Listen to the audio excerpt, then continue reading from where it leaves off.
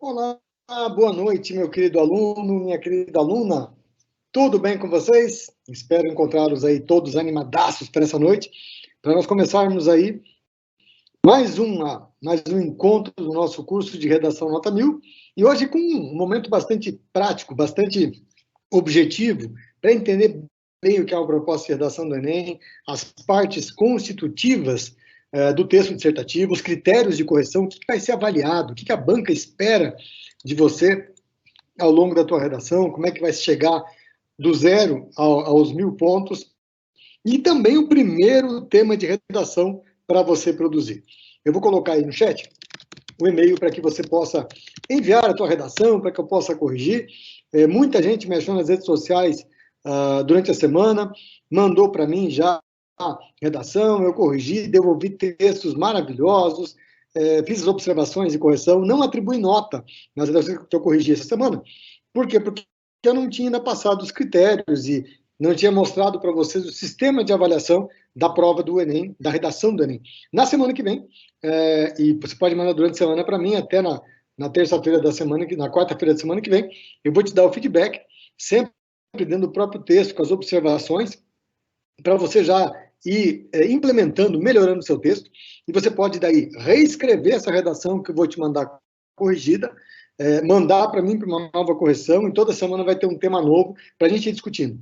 Esses temas novos, que eu vou passar toda semana, são os temas que são candidatos a cair na prova da redação do Enem. Para você já ter uma noção exatamente do que escrever, do que pode cair, já ter pensado, já ter estruturado uma redação para ter aquela memória bacana na hora da prova e você garantir aí um máximo de sucesso possível na tua redação do Enem. Eu vou agora, nesse momento aqui, já compartilhar minha tela contigo para a gente começar a brincar e começar esse nosso encontro, né, bastante produtivo e muito prazeroso, vamos pensar assim, de estudo da redação do Enem. Também essa aula vai ficar gravada no meu canal do YouTube, você vai poder entrar lá, assistir de novo quantas vezes você quiser, como semana passada também ficou. Mais de 600 alunos assistindo no canal do YouTube a aula depois, não tem problema nenhum, tá? Continue me seguindo nas minhas redes sociais, meu Instagram tá aí, é meu nome, Ludovico Omar Bernardi, vai ser um prazer ter você lá dentro do meu Instagram, e você pode interagir, se comunicar comigo, sem dificuldade alguma. O William vai colocar aí meu e-mail para vocês, é profludo@yahoo.com.br, prof, com E, prof, P-R-O-F-E, ludo@yahoo.com.br. Talvez eu demore 1 ou 2 dias para corrigir a redação para te devolver. Eu tenho recebido muitas redações para correção, mas eu vou corrigir sim e vou te devolver com o maior carinho do mundo. Faz bem, vou guardar os melhores textos, mostrar, claro, vou tirar o seu nome, evidente, tá? Mas vou mostrar os melhores textos, analisar com vocês, olha como esse texto ficou bacana, olha a linha e a estratégia argumentativa que esse aluno usou, que esse outro aluno usou, para a gente poder crescer juntos. É um trabalho aqui conjunto, de troca, obviamente, de compartilhamento, a palavra-chave é essa, né? Para a gente chegar lá no final do mês de agosto, todo mundo preparadinho, pronto para a prova de redação lá no mês de novembro do Enem. Vamos lá, então. Nós falamos um pouquinho sobre texto semana passada. Vimos que o texto vem da palavra texto no latim, significando tecido. Então, como um tecido, as partes têm que estar o quê? Entrelaçadas. Pense numa grande colcha de retalho agora. O teu texto é uma colcha de retalho.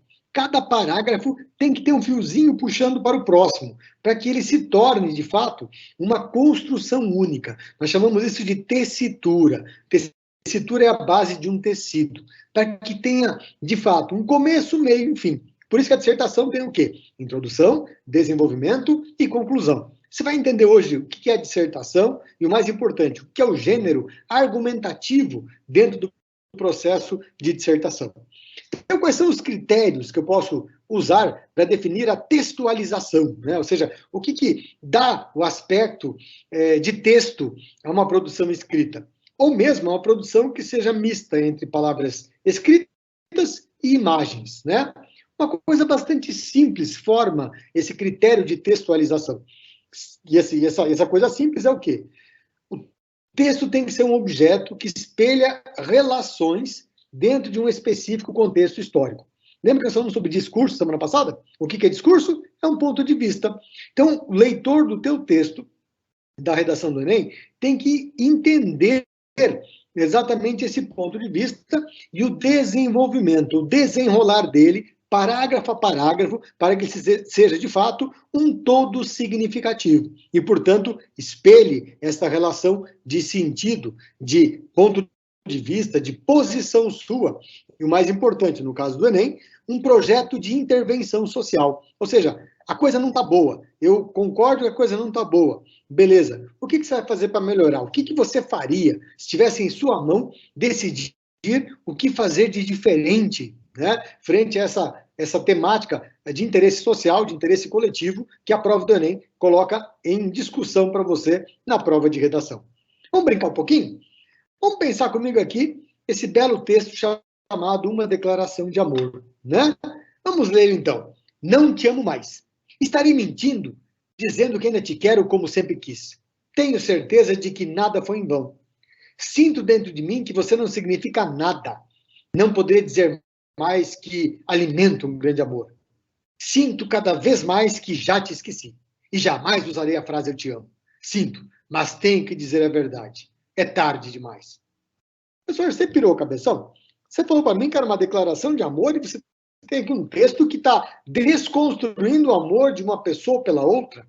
Olha, mano, vou te dar uma dica legal. Manda esse texto para sua namorada ou para aquela gatinha que você está interessado. Ela vai ler, vai ficar decepcionada. Aí você coloca para ela assim uma observação. Agora leia o texto de baixo para cima. Só para você entender o que é uma construção de sentido, o que é uma tessitura. Olha lá, é tarde demais. Sinto, mas tenho que dizer a verdade. Eu te amo. E jamais usarei a frase já te esqueci. Sinto cada vez mais que alimento um grande amor. Não poderia dizer mais que você não significa nada. Sinto dentro de mim que nada foi em vão. Tenho certeza de que ainda te quero como sempre quis. E estarei mentindo dizendo que não te amo mais. Olha que lindo, gente. Agora virou uma declaração de amor, não é verdade? O que eu fiz de diferente? Combinei os elementos textuais em uma ordem distinta. Isso é tessitura, isso é tecido. Eu gerei um todo significativo. Aliás, eu gerei dois todos significativos, né? Uma leitura na condição normal, de cima para baixo, e um outro significado, um outro sentido que me é originado da mesma leitura, dos mesmos componentes, entretanto, de baixo para cima. Sacou o que é tessitura? Sacou o que é tecido? É conseguir gerar uma mensagem, impactar alguém do outro lado. Eu usei a declaração de amor por ser tchutchuquinha, né? Todos nós nos apaixonamos, todos nós somos ávidos a ter alguém do nosso lado e fazermos alguém feliz. Então, se você mandar para sua namorada, não esquece de mandar observação. Amor, agora lê de baixo para cima e ela vai ficar, então, feliz. Vai ficar brava no começo, mas vai ficar feliz depois. Ou para o seu namorado, minha querida. Faça isso. Vai ser um exercício fantástico para dizer, olha, eu aprendi na aula de redação do curso Nota 1000 de redação. Olha que legal. Tá vendo só? Perceba como, às vezes, isso acontece também num texto que mistura elementos verbais e não verbais. Semana passada eu falei sobre ancoragem, lembra? Eu tenho uma imagem e ancoro essa imagem em uma condição significativa. Olha o que as Havaianas fizeram nesse anúncio de revista. Tiras 5 milímetros mais finas. Boa notícia para os seus admiradores. Você vai ficar 5 milímetros mais pelada, mais nua. Olha que lindo, gente. Olha a ambiguidade do texto. Olha como as Havaianas trataram de maneira bacana a condição da nudez, do erotismo, com o anúncio de um chinelo. Faz diferença alguém ficar com os pés 5 milímetros mais pelados, mais desnudos, né? Eu transcrevi aqui embaixo, porque aqui em cima está um pouquinho ruim de ler no anúncio, né? Mas a mensagem é exatamente a mesma, que está aqui em cima e que figura aqui embaixo na legenda, por exemplo, desse anúncio das Havaianas. Perceba, eu dei dois exemplos de tecido, de tessitura textual. Um com texto totalmente verbal, com uma declaração de amor, ou com texto misto. Nós chamamos de blended, né? Um texto misturado, em que verbal e não verbal são combinados para a elaboração de determinada mensagem. Então, eu posso dizer, portanto, que o texto é um entrelaçamento de unidades significativas que compõem um todo. Então, no caso do texto verbal escrito, o entrelaçamento de letras que formam palavras, que vão formar frases e períodos, e que vão formar parágrafos, trazendo um discurso, trazendo um ponto de vista, trazendo uma intenção, trazendo, portanto, um texto. Olha que bonitinho. Olha a palavra amor como está quebradinha em letras, que eu depois juntei, formei uma palavra amor e formei uma frase, declaração de amor. Olha que legal. Como esse entrelaçamento dessas unidades são responsáveis pela construção de uma mensagem. Agora, o que diferencia um texto do outro? Por exemplo, o que diferencia uma notícia de um artigo de opinião, de uma charge, de um anúncio publicitário? Bom, a função discursiva. Ou seja, para cada fim, eu vou ter um meio, eu vou ter um texto diferente, que vai ter um teor semântico, ou seja, um significado, e uma estrutura enquanto produção textual. A estrutura de uma notícia é diferente de um texto argumentativo, de um artigo de jornal, por exemplo, é diferente, naturalmente, de um cartoon, né, de uma tirinha, que tem uma outra estrutura, porque vai misturar elementos verbais e não verbais. Entretanto, o que eles têm em comum? Eles têm uma intenção. Lembra que eu falei semana passada? Não existe texto neutro. Seria, inclusive, até ingênuo a gente pensar que o autor de um texto não tem uma intenção quando ele está lá produzindo. No caso do texto do Enem, essa intenção lhe foi solicitada. Se quer de você o quê?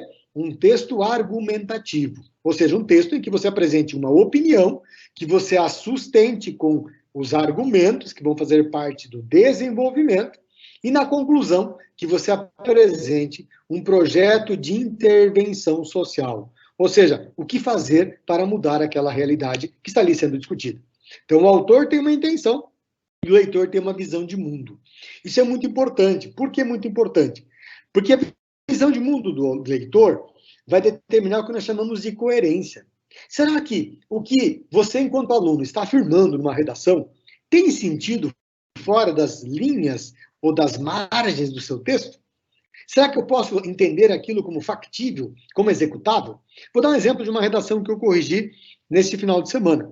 O aluno discutiu muito bem a questão do aborto, opondo-se ao aborto, sim, em função de ser um desrespeito à vida, até porque a concepção da vida mesmo, ela tem algumas contradições, né, quando a gente analisa os dogmas religiosos, os próprios dogmas científicos. O aluno tinha feito isso muito bem. Na conclusão, entretanto, quando ele vai apresentar a intervenção social, ele diz o seguinte, que se a mulher, e ele é contrário ao aborto, isso ficou muito claro no texto, porque ele se manifestou dizendo que, de fato, o aborto caracteriza um atentado à vida. Até citou o Código Penal, foi muito boa a argumentação dele. Mas, na conclusão, entretanto, ele colocou um projeto de intervenção, por exemplo, a não realização de um ato sexual pela mulher para não culminar numa gravidez que culminaria num aborto. Gente, isso é um desrespeito aos direitos do ser humano. A mulher tem direito, como o homem tem direito, de ter uma relação sexual.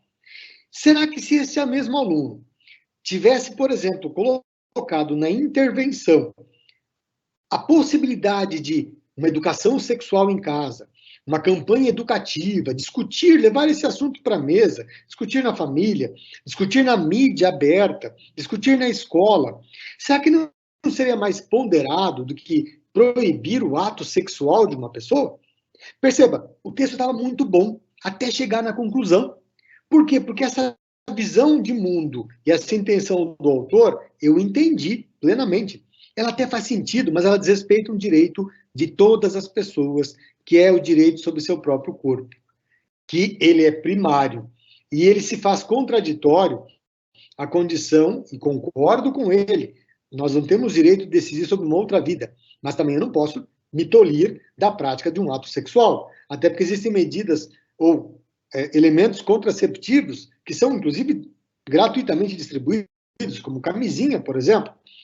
Então, se eu discutir isso na escola, discutir isso em família, discutir isso na mídia aberta ou em redes sociais, fazendo campanhas impulsionadas pelo Ministério da Educação, em parceria com o Ministério da Saúde, por exemplo, o texto vai ficar muito mais tranquilo, porque eu não estarei ferindo visão de mundo, ou seja, a coerência fora das linhas do meu texto. Perceba como é importante nós sempre ponderarmos que esse texto vai ser lido por um leitor que tem esta visão de mundo construída. que perpassa pelos valores sociais, pelos valores morais, pelo que é estabelecido pelo próprio ordenamento jurídico. Então é legal nós termos esse cuidado, até porque o Enem é muito claro. Ele diz lá que você não pode desrespeitar os direitos humanos quando você faz um projeto de intervenção social. E por que a língua é importante, no caso de um texto escrito? Porque ela é matéria-prima. É a língua que vai te oferecer os recursos para que a tua intenção seja materializada nesse texto, para que o leitor tenha acesso, entenda teu ponto de vista, analise, e analise criticamente, inclusive, esse ponto de vista que você está ali apresentando no seu texto. Então, o que resulta um texto mesmo? Do que resulta um texto? De um trabalho linguístico, mental, um trabalho físico, já que o autor vai apresentar algo original, uma discussão de determinado ou acerca de determinado tema, determinado conteúdo. Então, o texto é o próprio enunciado constituído pelo significante, ou seja, pelas palavras, ou um sistema de signos, sistema de palavras, revelando determinado conteúdo para o seu leitor. Vamos brincar isso na prática? Bom, vamos falar sobre a tipologia textual primeiro. O que é a tipologia textual? É a natureza linguística do texto, ou seja, o que ele pretende. Eu tenho 3 naturezas só. Eu posso ter um mundo sendo relatado, eu tenho uma narração, eu posso ter uma descrição, que é o detalhamento de determinado mundo, ou eu posso ter uma discussão, que é a dissertação. Elas são puras, essas tipologias? Não. Eu posso usar um fato, por exemplo, narrar um fato para basear a minha posição, que é o meu objetivo textual central. Eu digo que eu sou avesso ao aborto. Eu relato, por exemplo, o fato da discussão norte-americana, em que alguns estados queriam revogar a liberação do aborto e proibi-lo, pautado exatamente no princípio da vida. Eu contei um fato. Eu posso descrever, por exemplo, as maledicências de um aborto, no caso específico do Brasil, criminoso. Como o aborto se dá no Brasil? Em clínicas clandestinas. E de cada 10 mulheres que submetem a um aborto, eu estou descrevendo um dado, tá vendo? De cada 10 mulheres que submetem a um aborto, infelizmente, 8 acabam mutiladas. Ou seja, por ser uma clínica clandestina, por usar medicamentos indevidamente, sem um acompanhamento médico para abortar, elas acabam, às vezes, por ter o seu útero retirado, problemas em ovário, quer dizer, elas chegam à esterilidade, e elas perdem a possibilidade de um dia serem mães. Por quê? Pelo simples fato de que nós temos o desrespeito ao direito supremo do ser humano, que é o direito à vida. Perceba? Mas como é que eu sei que o texto, então, professor, é dissertativo? Pela natureza dele. O que eu queria ao escrever aquele texto? Discutir alguma coisa? É uma dissertação. Por isso que a dissertação não pode ser construída sem a apresentação de um ponto de vista. Eu posso usar o relato de um fato dentro de uma dissertação para mostrar que meu ponto de vista tem sentido. Eu posso detalhar um dado para mostrar como é relevante pensar sobre esse assunto para o leitor. Em suma, eu tenho o quê? Narração, registro de fatos. Descrição, enumeração de elementos concretos ou até abstratos do texto. Eu não sugiro que você use elementos abstratos. Então, ao dizer que muitas mulheres, por exemplo, podem chegar à esterilidade, eu fui abstrato. Agora, ao dizer que 8 de cada 10 mulheres que entram ou praticam um aborto clandestino podem acabar estéreis, eu coloquei um dado que é concreto. E a dissertação é o quê? O predomínio de uma posição, de um ponto de vista sobre um tema que é de relevância social. Então, eu tenho, depois da tipologia, os chamados gêneros. Como é que nasce um gênero textual? Em primeiro lugar, você já percebeu que o gênero vai usar uma tipologia. Então, o gênero é uma ação tipificada, ou seja, eu vou criar aquele texto em resposta ao quê? Uma necessidade social. Eles têm padrões sociocomunicativos definidos, estruturas definidas. Então, o texto argumentativo, por exemplo, ele usa qual estrutura de tipologia? A dissertação. O que um texto argumentativo tem que ter? 3 coisas. Um ponto de vista, argumentos que fazem sentido e mostram que o ponto de vista que eu estou defendendo tem lógica, faz jus ser discutido, e eu tenho que ter uma conclusão, que no caso do Enem, já vou ter o quê? Uma intervenção social, um projeto de intervenção.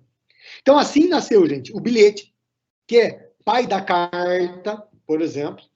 Assim nasceu o telegrama, que você acho que nem conhece.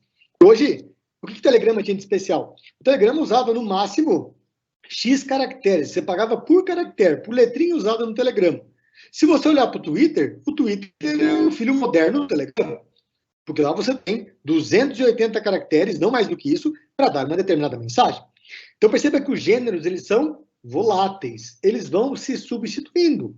A carta hoje é muito comum não ser mais usada, não é verdade? Mas eu posso, ao invés de fazer uma carta, eu posso escrever um e-mail. Então eu posso dizer que o e-mail é um gênero que deriva da carta.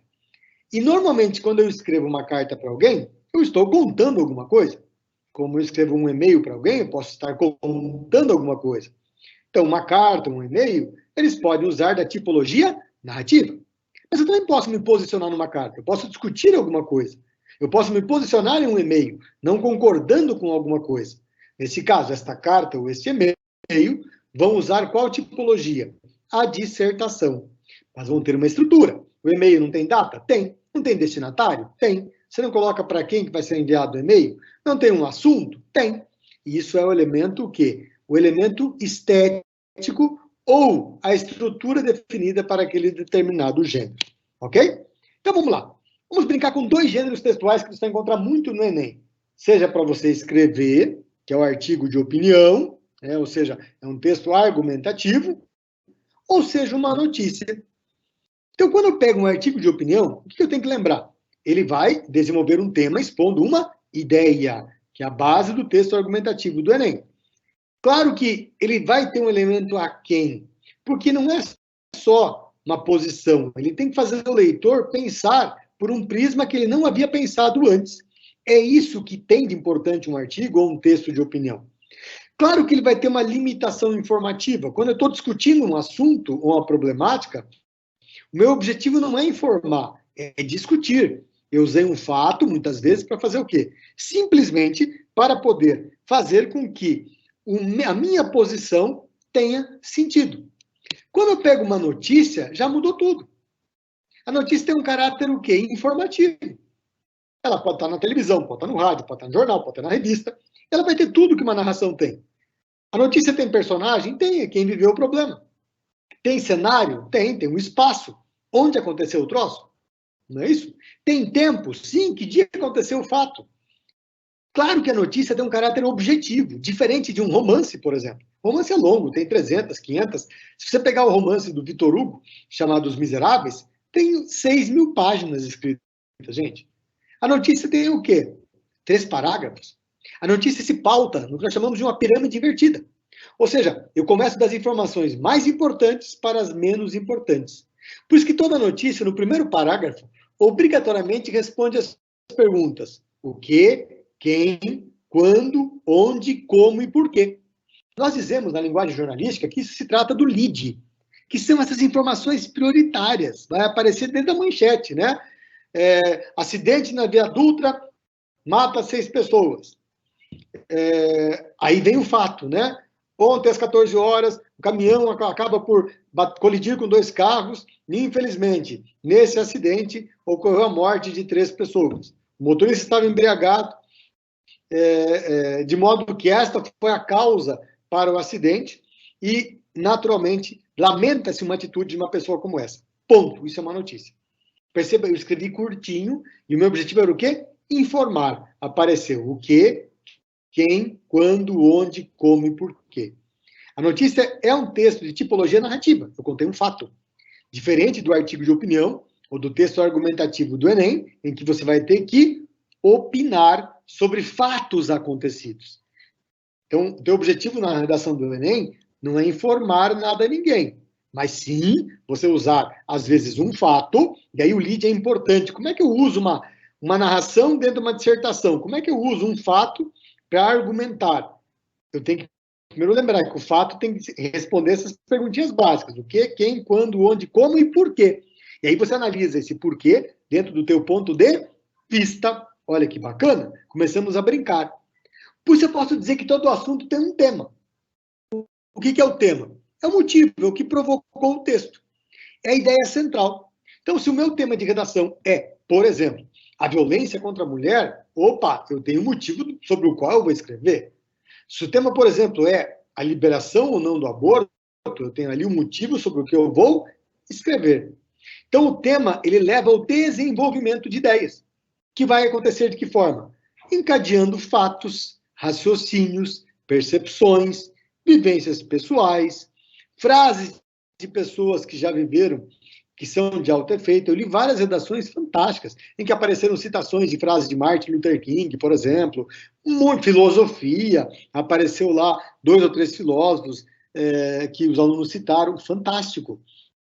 Por quê? Porque aí eu começo a trazer para um universo mais concreto aquela discussão daquele tema, daquele elemento que me foi proposto como objeto textual para a minha redação. Então, sempre verifique o que o meu texto está afirmando. Por que eu estou dizendo isso? O que eu pretendo alcançar?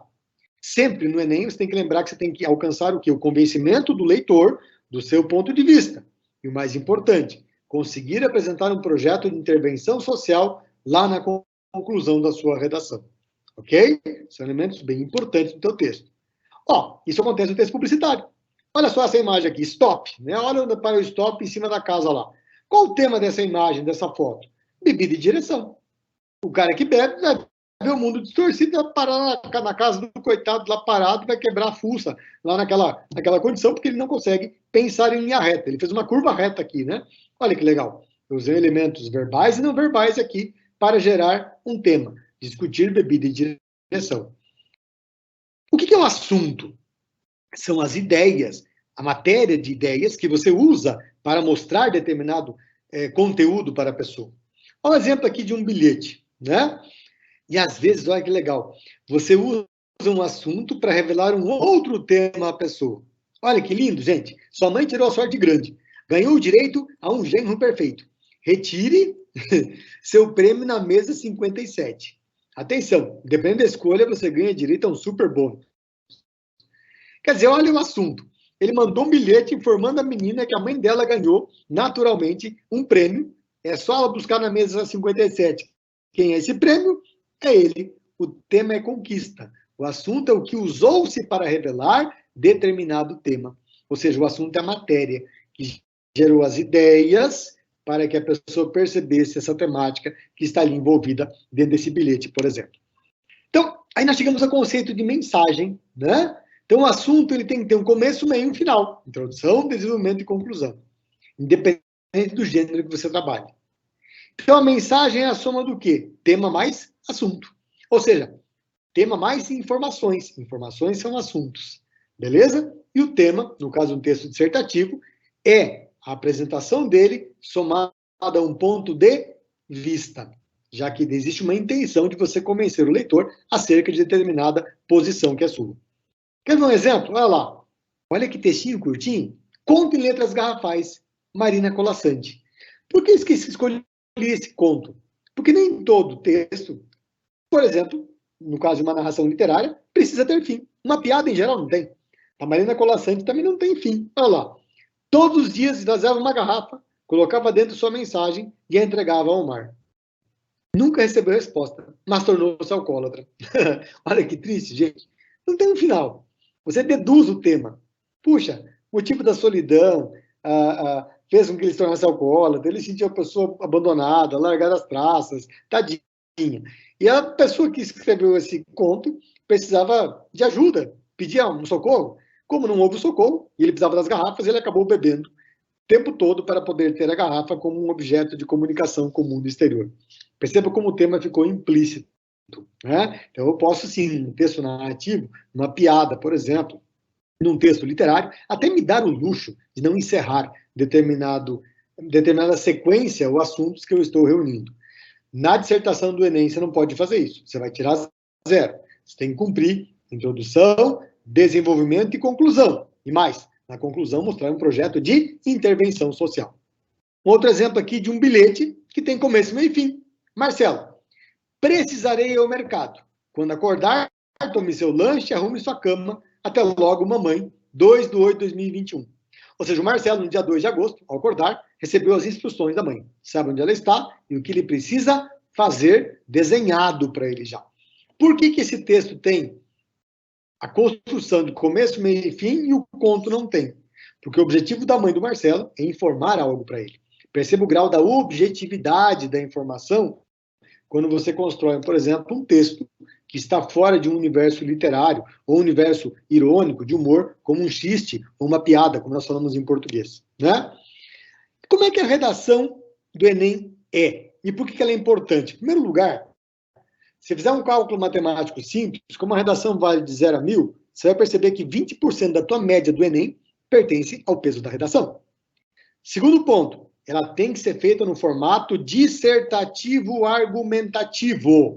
Ou seja, você tem que apresentar no primeiro parágrafo duas coisas. O tema que você vai discutir e o teu ponto de vista. Independentemente de fazer isso em primeira pessoa ou terceira pessoa.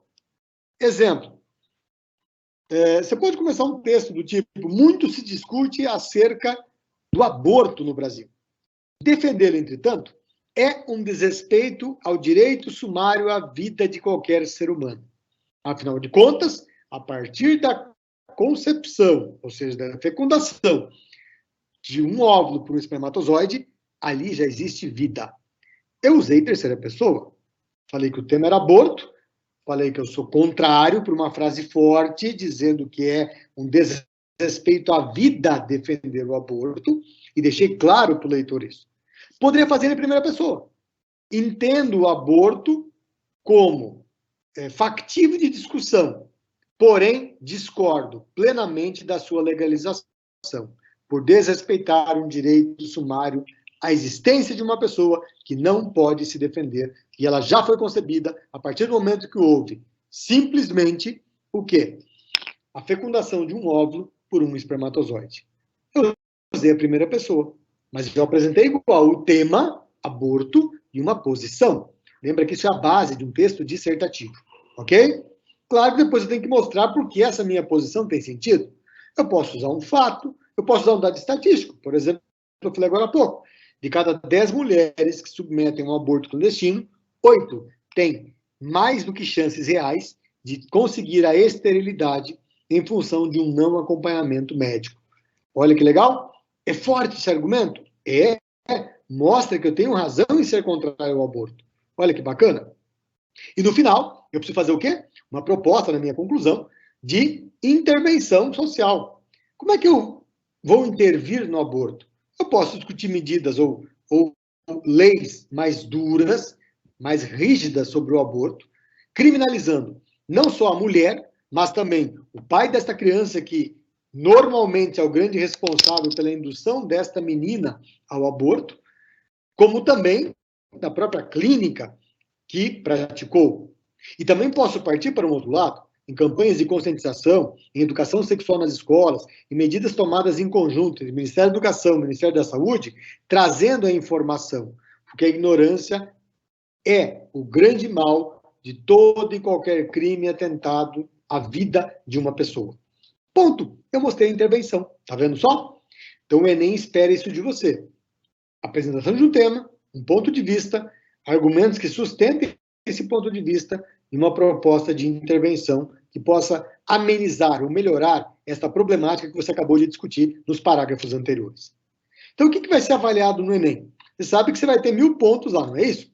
Esses 1000 pontos estão distribuídos em 5 competências. Você tem que mostrar o quê? Em primeiro lugar, que você domina a escrita formal da língua portuguesa. Então, você não pode usar gíria, não pode cometer erros crassos de língua portuguesa, porque a escrita formal é o quê? A escrita gramatical. Segundo, você tem que entender a proposta de redação, entender qual é o tema que está ali apresentado para você. E, naturalmente, escrever um texto em prosa. O que é prosa? É o que não é verso, não é um texto de poesia. Então, o texto tem que ser estruturado em parágrafos, ok? Isso é prosa. Competência 3, você tem que ser capaz de relacionar dados, fatos, informações que sustentem teu ponto de vista. O tema da redação já vai trazer isso para você. Fatos, opiniões, argumentos que podem ser usados. Você não pode copiar integralmente do que está lá. Você pode reescrever com suas palavras e, o mais importante, analisar esse argumento à luz do seu ponto de vista.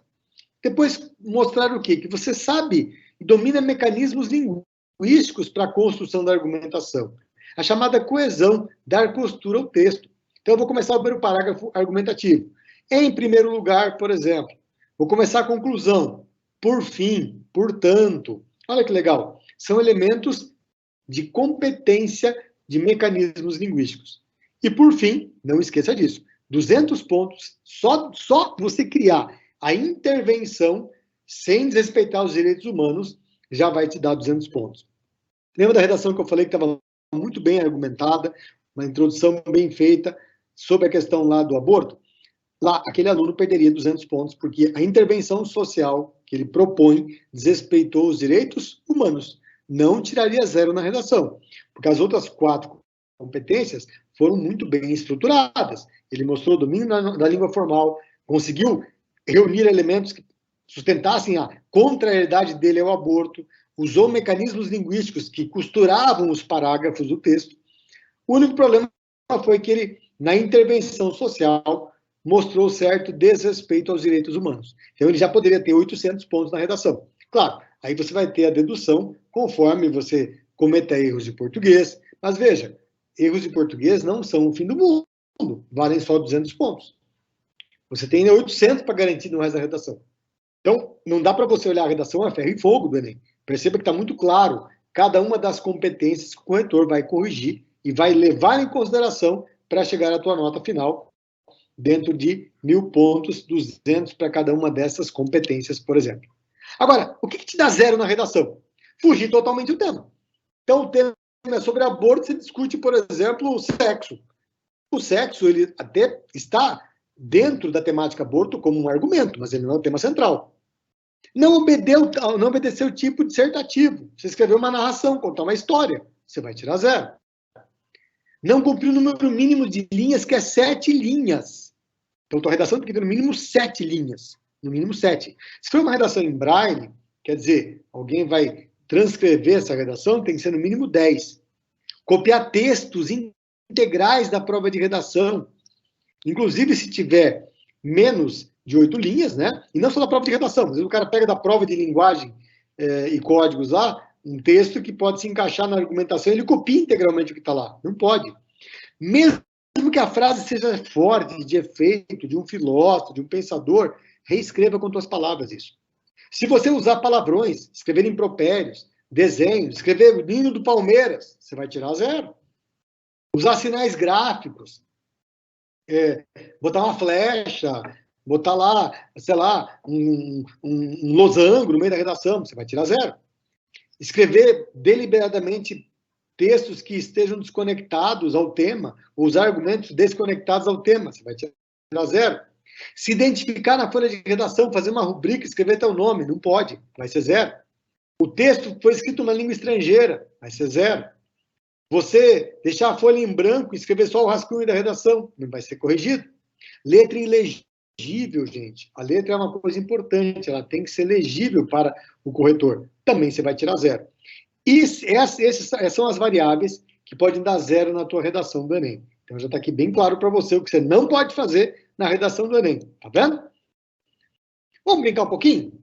Vamos pensar num possível tema da redação para o Enem deste ano de novembro, desculpa. Vamos lá. Evasão escolar em questão no Brasil. Nós sabemos que a evasão escolar é um sério problema que foi acentuado durante a pandemia. Então, aqui seria uma proposta de redação do Enem. Eu montei aqui para você uma proposta. Então, você vai escrever sobre isso aqui essa semana para mim. A evasão escolar em questão no Brasil. Você vai discutir evasão escolar. No Enem é comum aparecer isso aqui, ó. Vai aparecer uma charge. Olha lá. Tá a professora na sala de aula e ela pergunta para os meninos na sala de aula. Alguma dúvida acerca do trabalho em grupo sobre o sistema respiratório? O aluno lá, o único na sala, pergunta. Professor, o que é trabalho em grupo? Por que ele está sozinho e não sabe o que é trabalho em grupo? Porque todo mundo evadiu, todo mundo desistiu da escola. Olha que legal. É um argumento. Aqui existe uma charge mostrando que a evasão escolar, portanto, é uma realidade no Brasil. Professor, eu discordo que existe evasão escolar no Brasil. Cuidado, você vai ferir um argumento de coerência. O censo mostrou que nós tivemos um aumento da evasão escolar. E vai estar aqui, ó, censo escolar, matéria de 3 de fevereiro agora, tá? Mais de 650 mil crianças deixaram a educação infantil em 2 anos, que é o período de pandemia. Olha lá, entre maio de 2019 e maio de 2021, 653 mil crianças de até 5 anos deixaram de frequentar suas unidades de educação infantil, representando uma queda de 7,3% entre esses anos. Só nas creches a redução foi de 9%.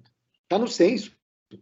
Ou seja, dá para dizer que eu não tenho evasão escolar no Brasil? Não dá. 650 mil crianças deixaram a escola. Você pode usar esse dado para comprovar que a evasão escolar no Brasil ela é real? Claro que pode. Você pode colocar. O Censo Escolar Brasileiro 2021 revela que mais de 650 mil crianças abandonaram a escola na educação infantil durante o período de pandemia, 2019 a 2021. Não é pecado, você não copiou do texto, você pegou o dado, escreveu com tuas palavras na tua argumentação. Quando você pega lá o ensino médio, olha lá, os desafios para a educação brasileira em 2022. Olha que importante, tem até uma frase bacana aqui, ó, da Gina Vieira, que é formadora de professores de educação básica do Distrito Federal. Como é que eu combato a evasão escolar? A pandemia das desigualdades que foram ampliadas a partir dela, retomada da atividade presencial na escola, vacinação, o uso da tecnologia e a implementação do novo ensino médio são os principais desafios. São os desafios que podem reduzir a evasão. O novo ensino médio, a BNCC, entrou em vigor esse ano, agora o aluno tem que ter 1.800 horas de formação básica, são as disciplinas português, matemática, química, física, biologia, e 1.200 de um chamado itinerário formativo, que pode ser um curso técnico, por exemplo. E olha que legal, a frase forte da Gina Vieira: precisamos resgatar a escola como espaço de aprendizagem, pertencimento e acolhimento para crianças, jovens e adultos. Encontrem nela esperanças e sonhos. Olha que legal. É um projeto de intervenção. Então, discutir a nova BNCC, discutir o novo ensino médio, implementar tecnologias nas escolas de verdade, que vão muito aquém do sinal de internet, mas laboratórios de informática, formar professores que conheçam tecnologia, isso reduz a evasão escolar. Lembra da intervenção, do projeto de intervenção na conclusão? Já está aqui a dica do Enem para você fazer isso na tua conclusão do texto. Olha que legal, a própria redação, o próprio tema de redação do Enem te dá essa cancha para você trabalhar. E olha lá, as tecnologias digitais. Precisamos de uma cultura coletiva que tenha no horizonte a internet como um direito. Nós estamos no meio da discussão da 5G. O leilão da 5G aconteceu, gente, no ano passado. E 20% de todo o valor do leilão da 5G tem que ser investido em educação. Então, se eu começo a trazer a tecnologia digital para a sala de aula, eu tenho o quê? Eu tenho condições de melhorar a aprendizagem dos alunos. Se o aluno aprende mais, menos ele evade, menos ele desiste. E eu tenho na inclusão digital, portanto, uma inclusão social. Outra frase de efeito, da Gina. A mesma Gina Vieira que forma professores de educação básica do Distrito Federal. Aí eu pego o censo aí e pego também algumas medidas de como é que eu melhoro a garantia de aprendizagem? Formando um professor melhor.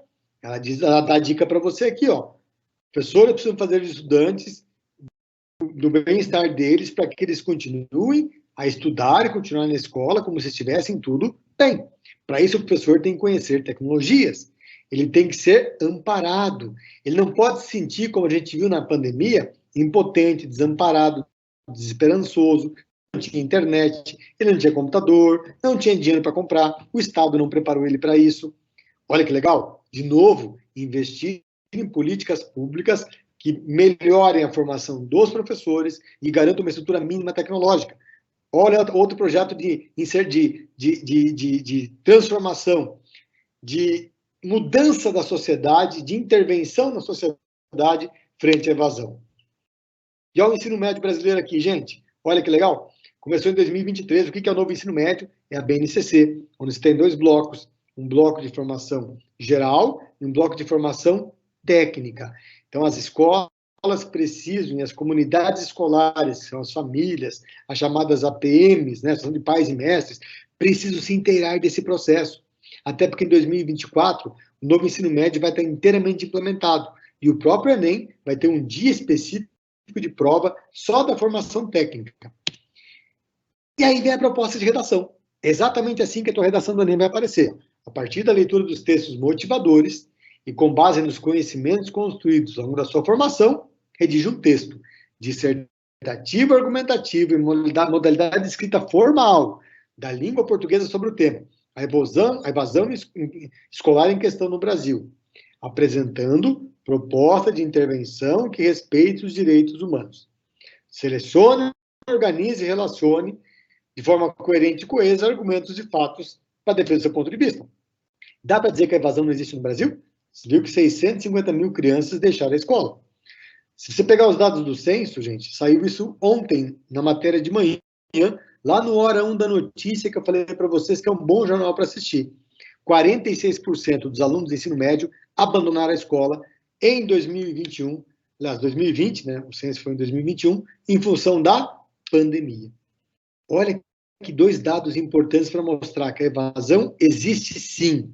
É um dado que machuca, que promove a exclusão social, que promove o distanciamento de oportunidades das pessoas, que promove bolsões de pobreza.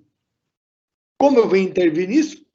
Políticas públicas, com formação de professores, com uso de tecnologias, com aplicação de fato de recursos do leilão da 5G nas escolas públicas brasileiras, para que os alunos estejam em grau de equidade, ou seja, de condição de competitividade com alunos de escola privada e, portanto, possam ver na escola um futuro de sua vida. Acabei de fazer a dissertação para você oral aqui, falando para você sobre o tema. E vai aparecer também, ainda assim, as instruções de redação. Não pode ser feito a redação só no rascunho, tem que passar limpo. O texto tem que ser feito definitivamente em caneta preta, na folha própria de redação, em até 30 linhas. Você já viu que você tem que escrever no mínimo 7. Gente, 7 linhas é difícil apresentar introdução, desenvolvimento e conclusão. Ok? Olha lá que é outra coisa importante. Terceira instrução importante. Você não pode copiar do tema de redação integralmente o texto. Você pode buscar a informação e escrever lá dentro. Buscar informação e escrever com suas palavras não vai reduzir o número de linhas. Se você copiar integralmente, vai ser deduzido o número de linhas que você escreveu. Então, cuidado. Eu escrevi 7 linhas copiando lá, copiando 2 linhas. Sua redação vai ser 0, porque as 2 que você copiou integralmente vão ser deduzidas daquelas 7. O que você não pode fazer que você vai tirar 0? Escrever menos de 7 linhas, texto insuficiente. Fugir ao tema, ou não escrever uma dissertação, ou seja, não apresentar um ponto de vista, argumentos e um projeto de intervenção. E, por fim, escrever uma coisa desconectada completamente do tema. Ou assinar, ou rubricar, ou identificar-se na folha de redação. Sacou? Então, quais são os quesitos fundamentais da redação? Primeiro, descobrir que recursos de língua você tem. Material linguístico, como é que eu começo uma redação. Evita começar no Brasil, nos dias de hoje. Vai direto ao tema, apresenta a proposta de cara. Manipular informações para que a tua mensagem faça sentido. Estruturar bem as frases, parágrafos, enunciados, para que teu texto convença o leitor acerca da importância da sua opinião. Gente, por que a prova de redação do Enem é importante, então? Simples, é a tua entrevista. É o momento de você mostrar o que você lê, conhece do mundo, de assuntos que estejam interligados àquela temática. E se você fizer isso de maneira clara, um ponto de vista bem estruturado, seja em primeira ou terceira pessoa, com um projeto de intervenção social, você tem tudo para chegar muito perto dos 1000 pontos. Então, você já tem uma tarefa para a semana que vem. E qual é a tua tarefa para a semana que vem? Você vai produzir esse tema de redação, que depois o Will e o Pedro vão mandar nos grupos de vocês, o meu PPT vai estar lá, para você produzir uma redação acerca da evasão escolar. Will, temos perguntas no nosso chat hoje? Boa noite, professor. Tem, mas já foi respondida já, que era sobre qual seria o tema. Legal. Tem uma pergunta aqui que o Vitor Hugo perguntou o seguinte: o corretor pode me retirar pontos por não concordar com minha argumentação ou com meu ponto de vista? Ótima pergunta, eu adorei, Vitor. Não pode tirar pontos, tá? O que vai tirar ponto de você é se você ferir os direitos humanos, como no exemplo que eu dei sobre a questão lá da mulher ser tolhida da relação sexual, porque isso evitaria a gravidez e, por consequência, evitaria o aborto. Tanto que a correção do Enem é feita por 3 corretores, tá? Exatamente para não ter essa dificuldade. A gente não sabe quem é o aluno quando corrige a redação do Enem. Nós não estamos lá para julgar ponto de vista. Estamos lá para julgar coerência entre ponto de vista, argumentação e intervenção social que você apresenta na tua redação. Isso não se preocupe que você não vai tirar nota a mais ou a menos, porque o corretor não concorda. Nós, como corretores, não temos ponto de vista ao corrigir uma redação. Nós analisamos simplesmente o quê? A estrutura textual. Se os argumentos falam ou confirmam a veracidade, a lógica, né, do seu ponto de vista, e se tua intervenção social ela é factível, ou seja, ela é executável, e se ela não fere os direitos humanos. Só isso, ok? Temos mais alguma? Estão pedindo para repetir o tema, professor. Sem problema algum. Deixa eu botar aqui na telinha de novo. Então, o tema da redação, e vai estar nos slides para vocês verem depois lá, tá? É esse aqui, bem simplesinho. Você vai falar sobre, aqui, ó. Você vai falar sobre a evasão escolar em questão no Brasil. Ou seja, a evasão escolar existe? Você viu que ela existe. 650 mil crianças abandonaram a escola entre 2009 e 2021. 46% é o aumento da taxa de evasão dos alunos do ensino médio. Então, ela existe. Não discuta que ela não existe, que vai ser incoerente. Quais são as implicações da evasão? Aumento do quê? Da exclusão social, porque é uma redução natural de oportunidades de emprego, uma redução natural de oportunidades de participar na geração de riqueza no Brasil, um aumento natural do bolsão de pobreza. Se você quiser um dado estatístico, vou te dar agora, mais de 80% das pessoas que moram hoje na rua, elas não têm qualquer tipo de instrução formal. Ou seja, não tem sequer a primeira a quarta série de formação. Quem está na periferia, em áreas de invasão, elas não têm educação formal, elas não têm o ensino médio completo. Então, a evasão escolar gera esse desdobramento. E como eu faço uma intervenção disso? Bom, respeitando os direitos humanos, criando políticas públicas de melhor formação de professor, dotando as escolas com tecnologia, aproveitando, por exemplo, recursos do próprio leilão da 5G, da internet 5G, que já tem por lei a obrigação de destinar 10% do investimento da compra do leilão na escola pública para dotação de tecnologia, que significa o quê? Banda larga de internet e computadores. Esse é o tema de redação. Beleza? Então, a evasão escolar em questão no Brasil é o tema que você vai discutir para a próxima semana. Meu e-mail para você mandar. Encerradas as perguntas. Então é isso aí, gente. Então, semana que vem estamos nesse Fofo Horário, Fofo Canal, Fofo Instante. Espero que vocês tenham aproveitado. Beijo no coração e até semana que vem. Valeu, gente. Um abração.